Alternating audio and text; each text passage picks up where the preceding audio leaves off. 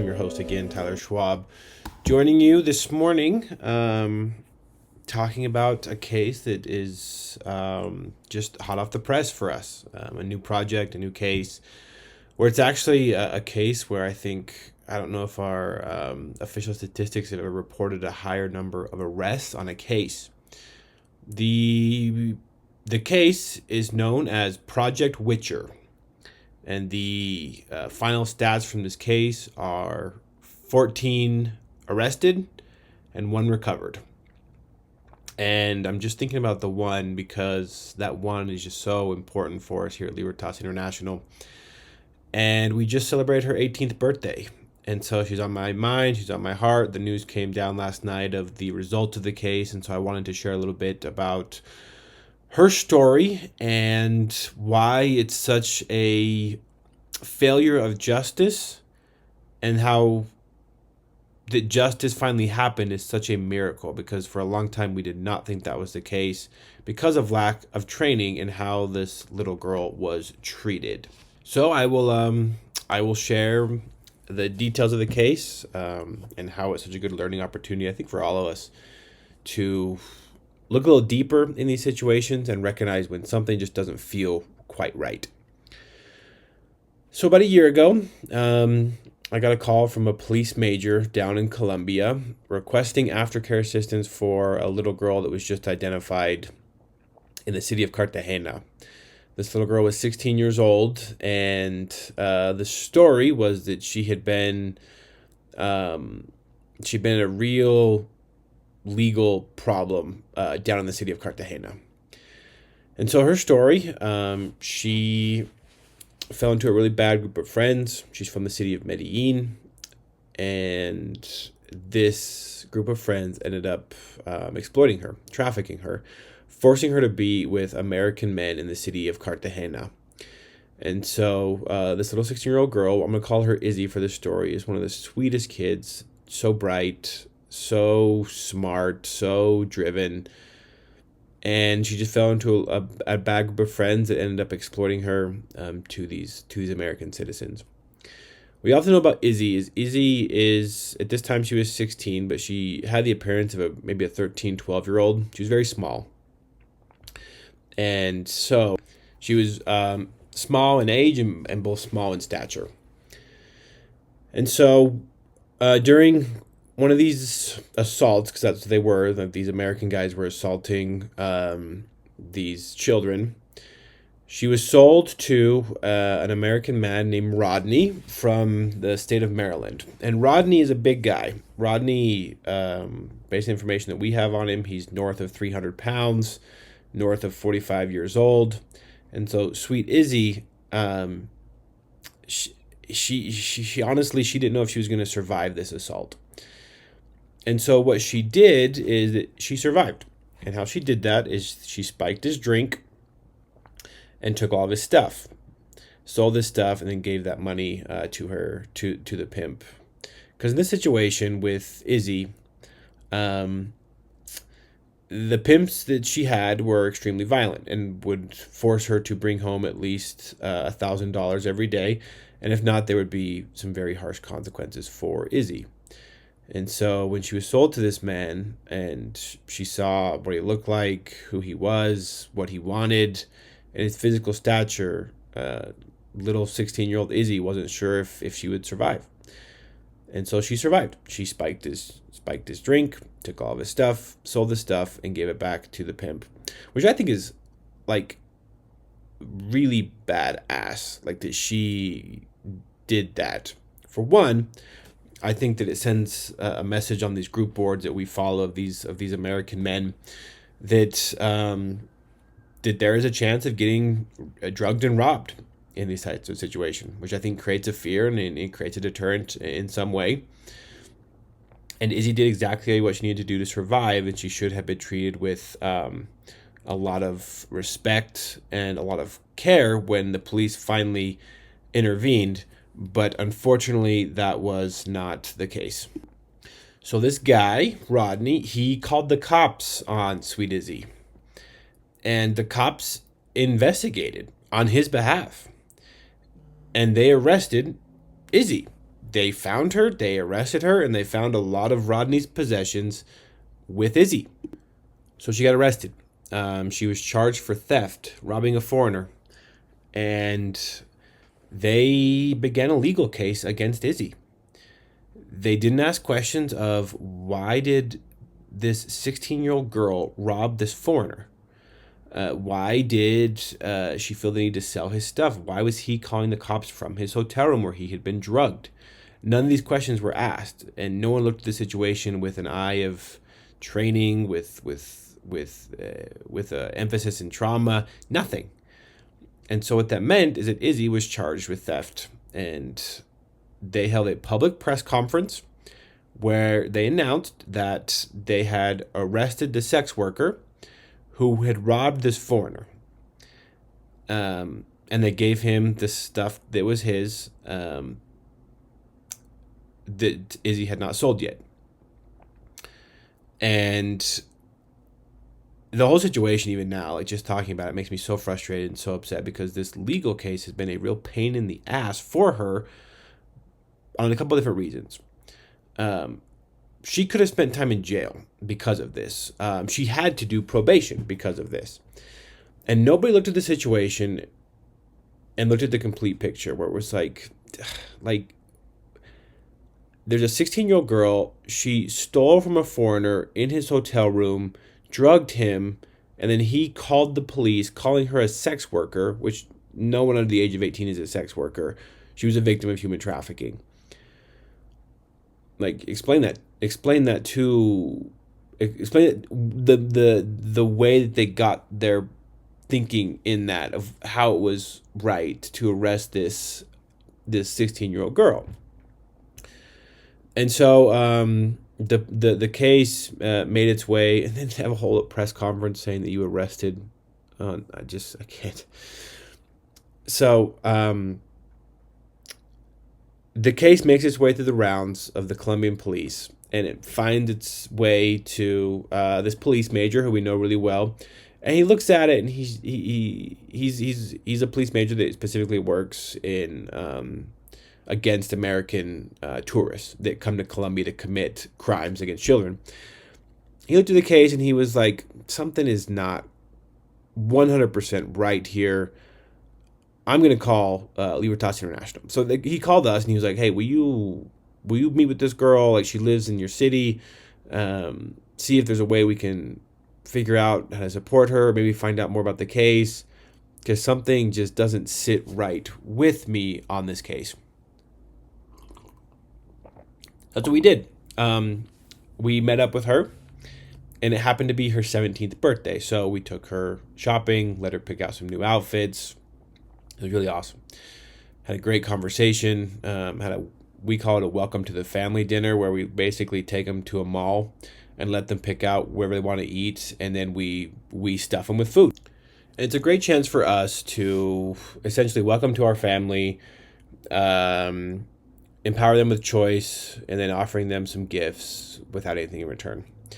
And so it was a good moment for us. And the first thing we wanted to do is get her in school, get her studying, because she wasn't studying, but then work on this legal process that she was going through. Train her how to be calm in court, how to talk to a judge. And we walked through this whole legal process with her, with our team and our director of justice. And so when it came time for her hearing, if they were going to charge her with theft and send her to jail for 30 days and put her on probation, I remember I went into court, and I said, she's with us. She's doing fairly well. You'll need to give her a break for a couple of different reasons. The police officers should not have arrested her. She was a victim. If you would have looked at the whole picture versus just the incident where she stole, you would have seen the circumstances where she became a thief, in the words of the law, and why doing that allowed her to survive. Because I honestly do not believe, or I do not know for sure, which is scary, even scary still, that Izzy would have survived the assault that Rodney would have inflicted on her that night. So she did get probation, so we were helping her with that and helping her expunge that from her record. But once that was over, she started to tell us a little bit more about this group that recruited her and then ended up selling her to this man named Rodney. And this group she started telling us about was a group that recruited girls in Medellin to do a couple different things, to travel, to work in different cities, seeing American citizens specifically, and then also to recruit underage girls to work in the webcam industry. So she started telling us about this group and that they were dangerous, and that she wanted to receive justice on their behalf because she was still very afraid of them. They were encouraging her to not talk about what had happened, and we had seen some with Izzy's path that she was taking to healing, her vocational training. We had seen some it wasn't going the way we wanted to. Long story short, she'd had some successes and then she had a couple of failures as well. And so we tried to address those failures, what was going on, and a lot of it stemmed from this fear that she had of her friends. I use that with a lot of quotations. This group of people that were exploiting her, and that they were also still around.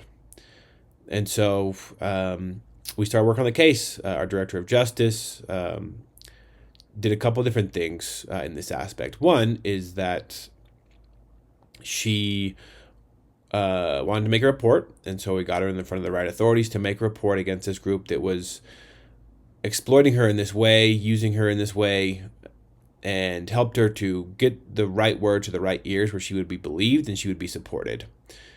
So that was great. That was a good thing that happened from that case, and that's how Project Witcher got started on a legal level. Another level is we were still really pissed off about the police in Cartagena, and really pissed off that she had been charged with a crime. And so Izzy wanted to tell her story about what really happened and the consequences thereof.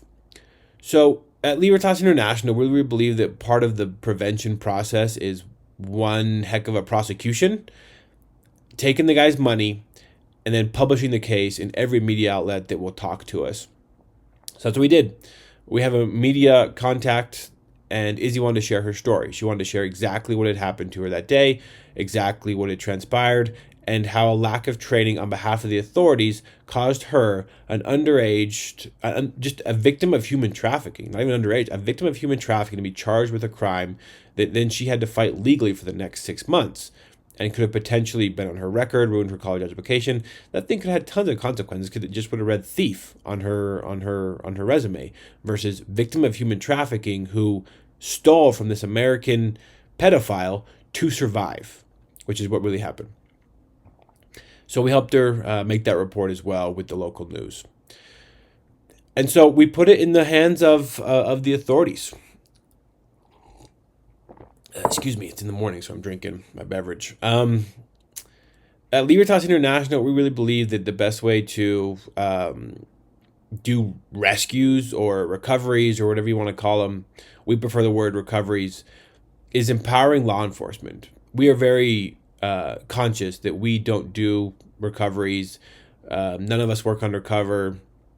We find local vetted units, police agencies, and then help support them in whatever they may need to continue their work of justice. And in this case, what they needed was a report, and they needed a victim who was collaborating and a victim who was safe. And so we could provide that. We provided a trauma-informed setting where she could give her interview. She gave a great interview, and the vetted police unit began to do their work in finding the people that were exploiting these survivors and forcing them to be with foreigners in different cities, and forcing them to do things on webcam. So, as you know, fate would have it, we celebrated sweet Izzy's birthday yesterday. She turned 18, and we gave her a little party, took her out to get some cake, and made her feel like the absolute queen that she is. She's very, very special, very important, and we love her very, very much. And she's 18, and she has a lot of good things on the horizon. Also, on her 18th birthday, we got the official notice from our police partners that Project Witcher resulted in 14 arrests, and that this group of people that were selling children to foreigners and forcing them to work in webcam have all been arrested. And they let us know that there may be more survivors coming forward, and asked if we would be willing to assist. And of course, we are always willing to assist. We never want to turn a survivor away that needs help. And the reason that we can do that is because of your monthly donations. And so I know I plug that every episode. Please continue to visit libertasfreedom.org and become a monthly donor, so that when those survivors come forward, like that will come forward from Project Witcher, we can create a safe space for them and have resources to be able to support them. And so Project Witcher was a success. In the long run, it was a success. Even as I say that, I don't feel 100% good about it. It was a success that this sweet survivor is now empowered. She's safe, and she's on a great path to healing, and we love her very much, and we're very proud of her. And that 14 people are paying for what they've done. There's still justice that needs to be done. I hope that they continue to uncover more survivors. I hope that they find the client list for Project Witcher with some of these American people like Rodney, who were participating in raping children in Colombia. And I hope that continual education continues to happen, to where when law enforcement encounters a victim who maybe has committed a crime, that they'll see the whole picture of what that actually looks like and what's actually happening in these survivors' lives. And it happens here in the States too. I know survivors who have been charged with fraud, who have been charged with theft, who have been charged with possession. And because of lack of training, lack of awareness, people aren't, especially law enforcement officers, aren't 100% sure, or maybe don't have the scope of knowledge that other people do, to know that something is off in the situation. Why would this 16-year-old girl be in the possession of all of this man's possessions, and why would he report her for theft after her drugging him in a hotel room? Something about the situation stinks. And so I'm grateful for the major that recognized that this situation was not good, and that he reached out for us for help, and that we now have this amazing survivor in our survivor family, and that justice has been done in Project Witcher. It shows how far we've come, but also how far we still need to go on the justice side and on the training and awareness side. So in the future, when this happens, people will recognize someone like Izzy as a victim and not as a thief or any kind of criminal. So I want to share that with you this morning. It's hot off the press, the Project Witcher, and the results that came therein. And we just celebrated the sweet survivor's 18th birthday. And once again, it's all you guys that make this happen. Those monthly donations you guys keep sending in, those one-time donations you guys keep sending in, please keep them coming. I am so grateful on behalf of our whole team across Latin America for those donations. And they continue to help support our amazing survivor family and pursue justice on their behalf. So this is Tyler signing off from HQ. Please go visit libertasfreedom.org, libertasfreedom.org. Become a monthly donor, become part of our giving team, and help support survivors like Izzy in their pursuit of justice, like the one that we just saw with Project Witcher. Have a great rest of the day. God bless you all, and thank you again for listening to the Libertas International podcast.